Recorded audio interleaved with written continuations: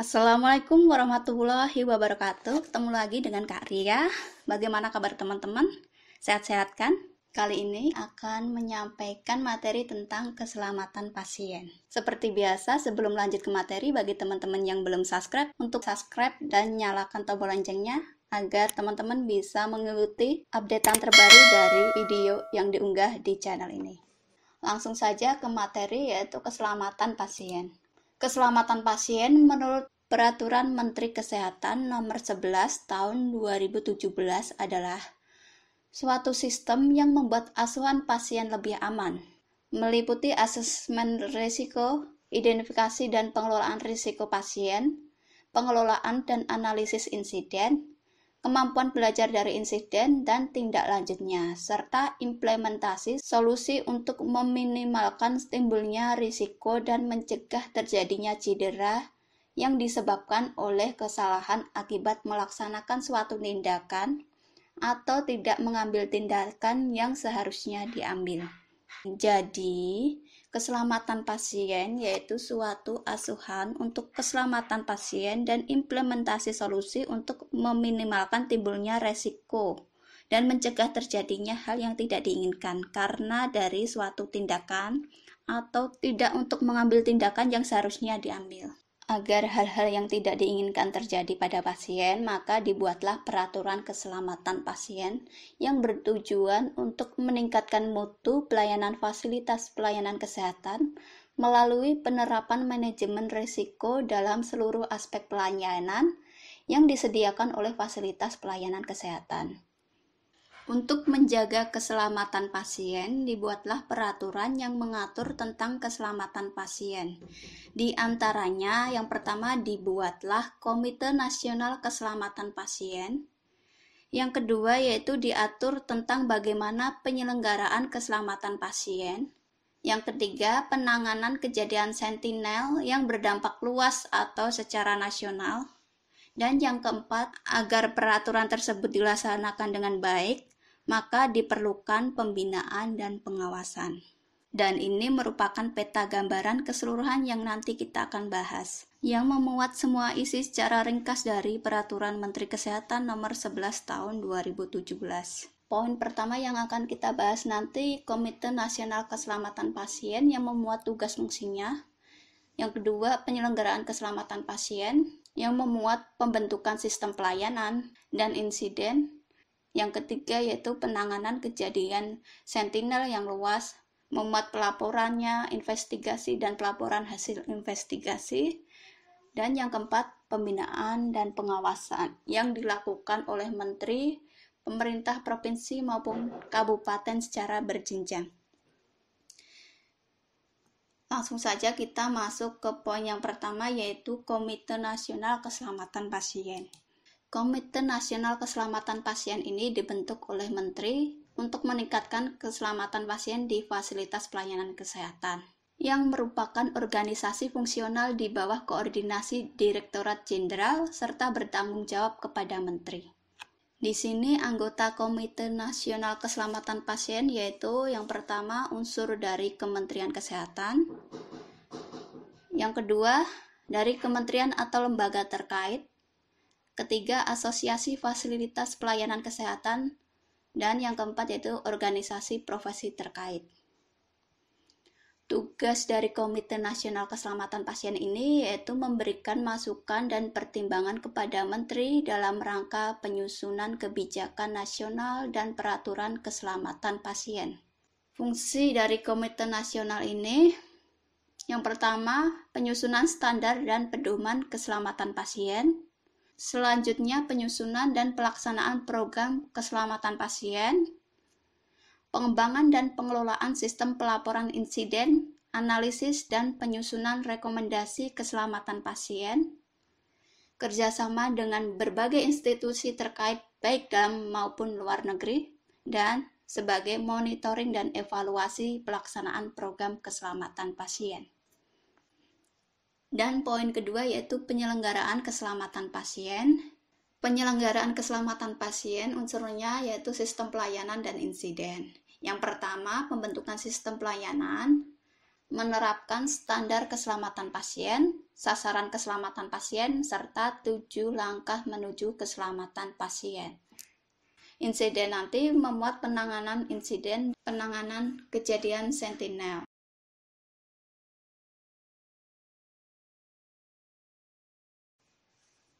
Untuk yang pertama, pembentukan sistem pelayanan menurut standar keselamatan pasien. Dan yang pertama, hak pasien. Hak pasien tersebut, hak pasien dan keluarganya untuk mendapatkan informasi tentang diagnosis dan tata cara tindakan medis, tujuan tindakan medis, alternatif tindakan, risiko dan komplikasi yang mungkin terjadi, prognosis terhadap tindakan yang dilakukan, dan perkiraan biaya pengobatan.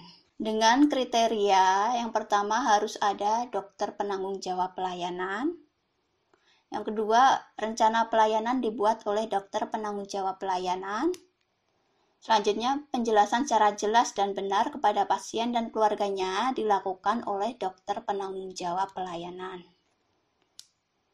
Untuk standar keselamatan pasien yang kedua, yaitu pendidikan bagi pasien dan keluarga, berupa kegiatan mendidik pasien dan keluarga tentang kewajiban dan tanggung jawab pasien dalam asuhan pasien. Dengan kriteria yang pertama, memberikan informasi yang benar, jelas, lengkap, dan jujur. Selanjutnya, mengetahui kewajiban dan tanggung jawab pasien serta keluarga.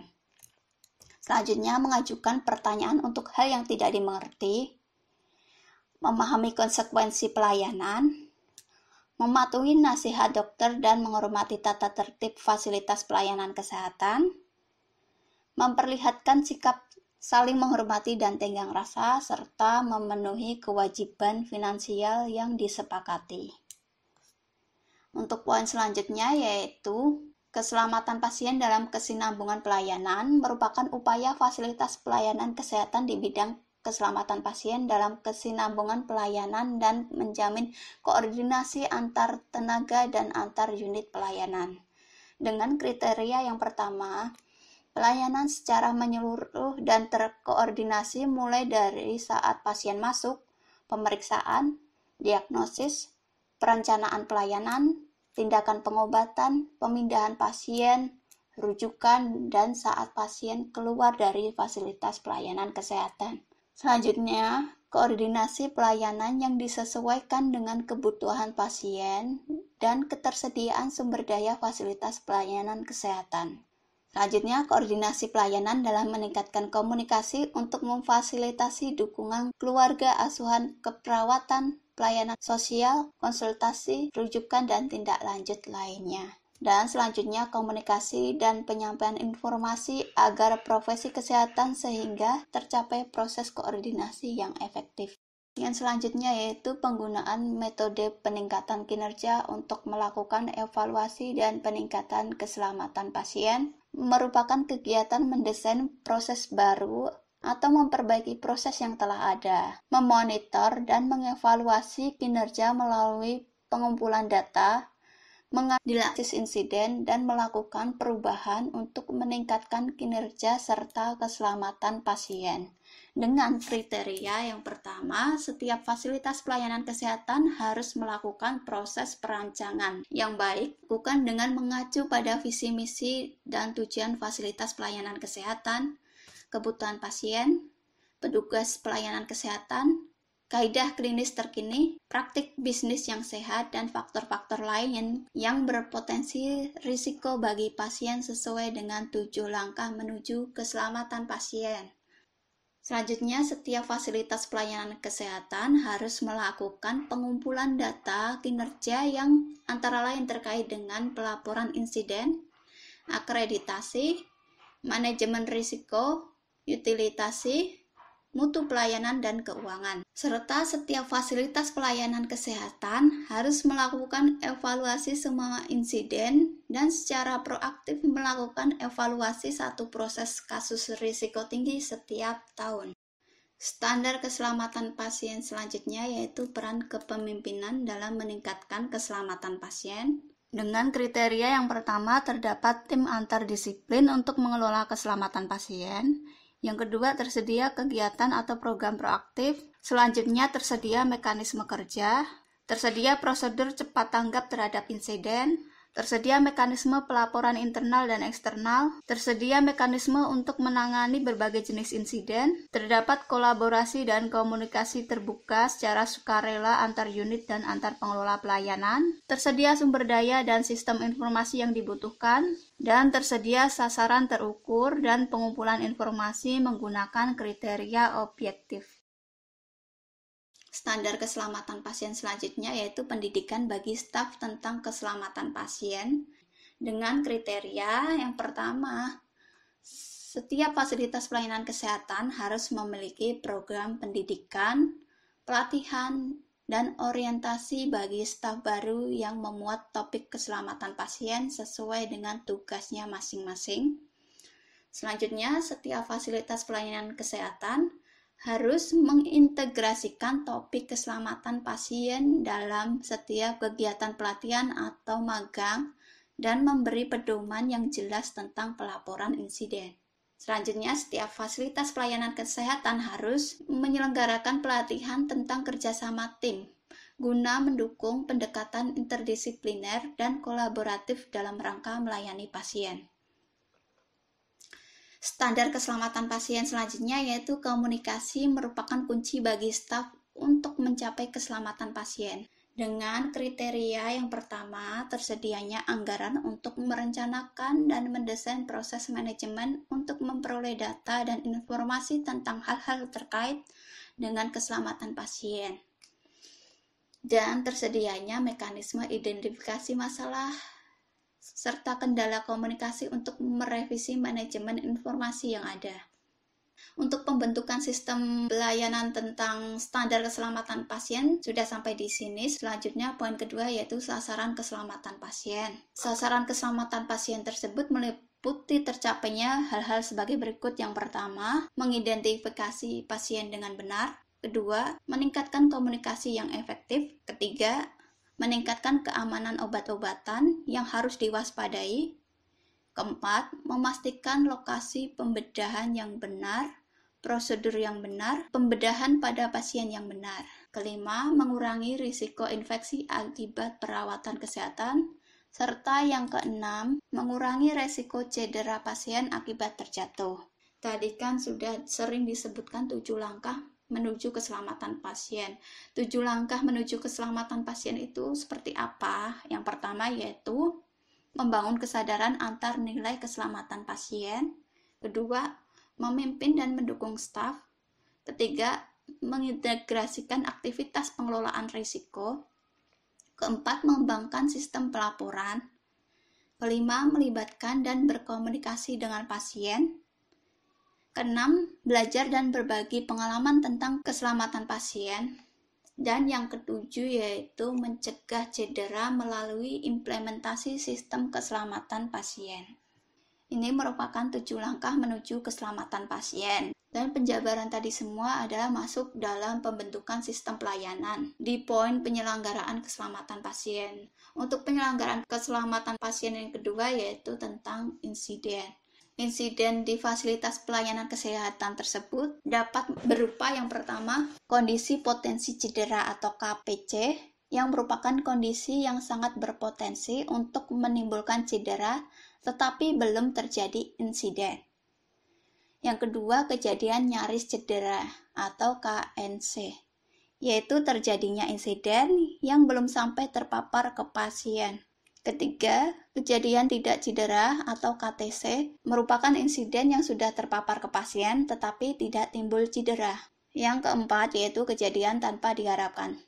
Kejadian tidak diharapkan atau KTD merupakan insiden yang mengakibatkan cedera pada pasien. Di sini terdapat 2 jenis penanganan untuk hal-hal yang tidak diinginkan. Yang pertama, penanganan insiden.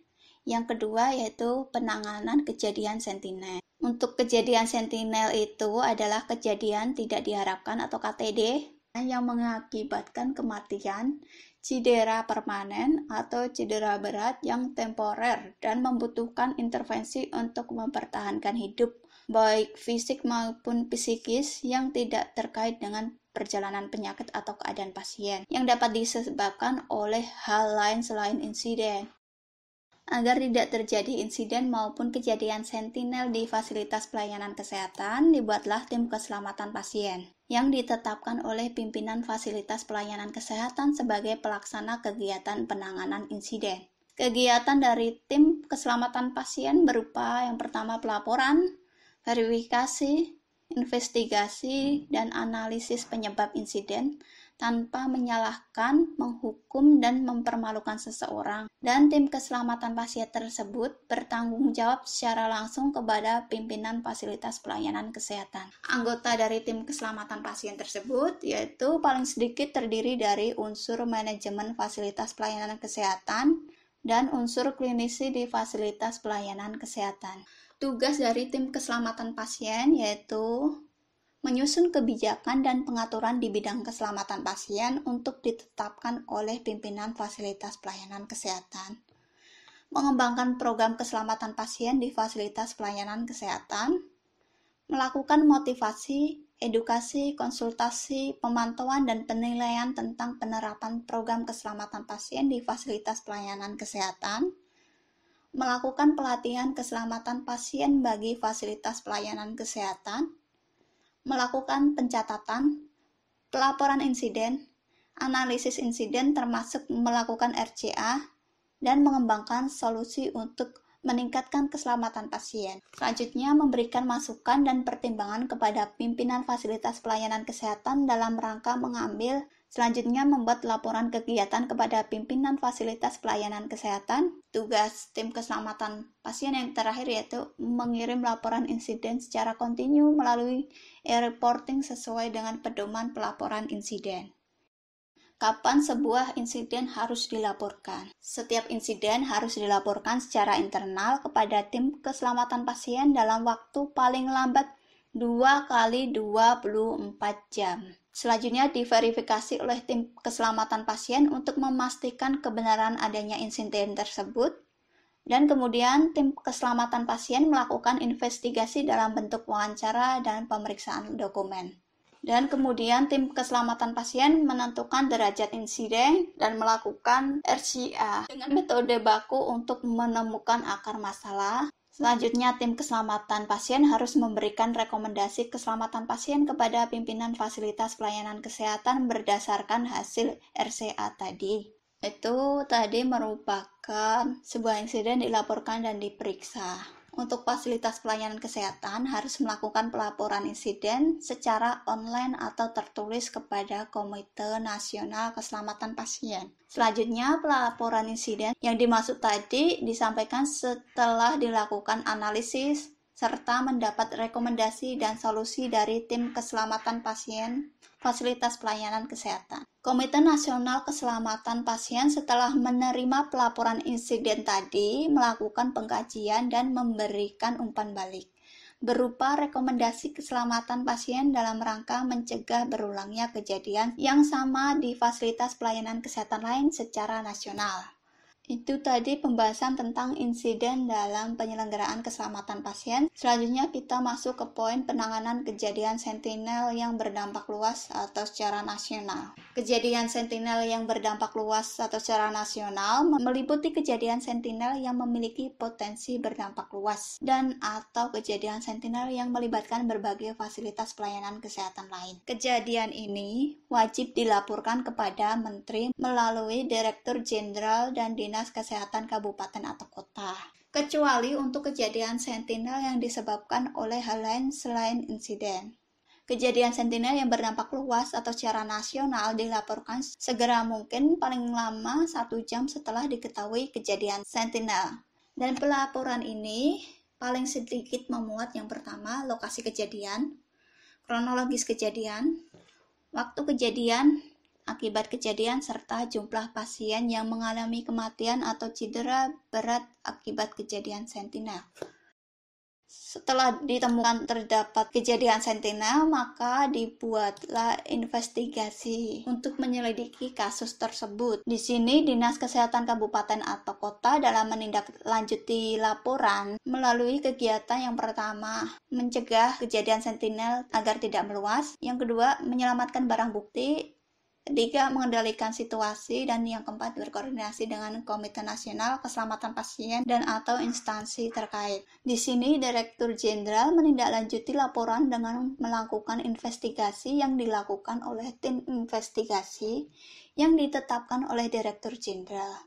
Dengan anggota tim investigasi terdiri atas unsur Kementerian Kesehatan, Komite Nasional Keselamatan Pasien, organisasi profesi, tenaga pengawas, serta instansi lain yang terkait.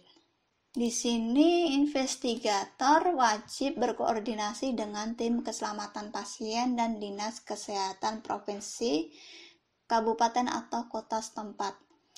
Tugas dari investigator tersebut yaitu mengumpulkan informasi dan barang bukti, menganalisis penyebab, solusi pencegahan perluasan dan atau pengulangan kejadian sentinel yang berdampak luas atau secara nasional, dan melaporkannya kepada Direktur Jenderal.